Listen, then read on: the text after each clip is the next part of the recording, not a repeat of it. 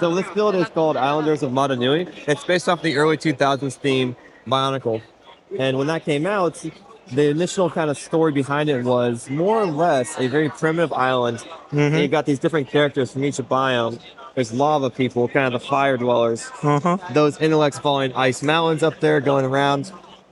Those in the jungle who are very whimsical, musical joke kind of folks, high flyers. Earth workers from the stone kind of world, sorry, Whoa. Earth world. They're kind of the carvers, miners of the world.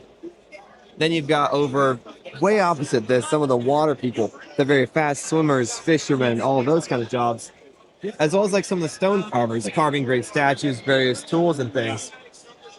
But in this world, the island of Madanui, there is what's known as the Great Spirits. And throughout the story, they're very focused on how can we awaken the Great Spirits. And they kind of say that throughout it, but throughout the Bionicle time it ran for its about 10-year production, you really didn't know what that kind of meant. But to them, it was like, oh, how do we awaken our great spirit, complete our prophecy, all this kind of stuff.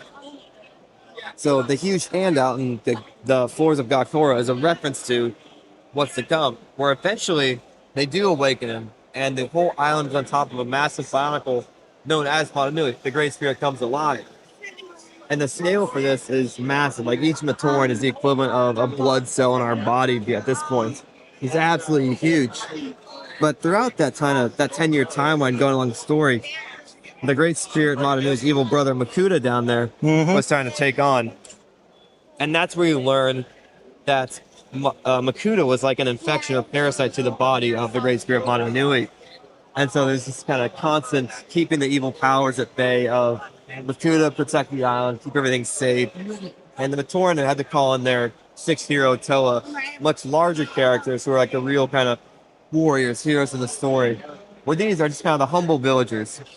And so rather than telling that kind of epic tale, this focuses on the early primitive stage of the island, where these Matorans walking around, hanging out, selling fruits, riding crabs, getting different enhancements, body replacements. If a limb or a foot maybe gets eaten by some sort of creature, mining, playing music. So the very primitive, kind of simple lifestyle.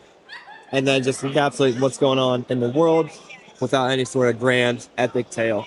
Just getting to see what's happening in this landscape. Wow, I really love the topic. They're really cute. Than the other one in the same topic, but they are cutest person. Yeah. They have definitely some more of the large, kind of scary creatures you see. Yeah. And like some of the hero Toa, where these guys are just like the little kind of like peasants around. They're not Yeah. they're really kind of helpless compared to all the grand heroes and beasts or enemy villains you see in the world. But there's a lot of them. There's these they're fishermen. They just kind of keep everything going, small things at a time. How long does it take for you to create those whole stuff? This is over the course of roughly 6 months. Oh, 6 months. Some things like the crab and the Matoran, those were built beforehand. But a lot of it really started in December of, let's do this as a huge island, kind of thinking through what that could look like, where the orientation, layout, all that kind of stuff's happening. And then just building it, of course, too. Oh, that's really cool. Thank you. I'm glad you enjoy it, man.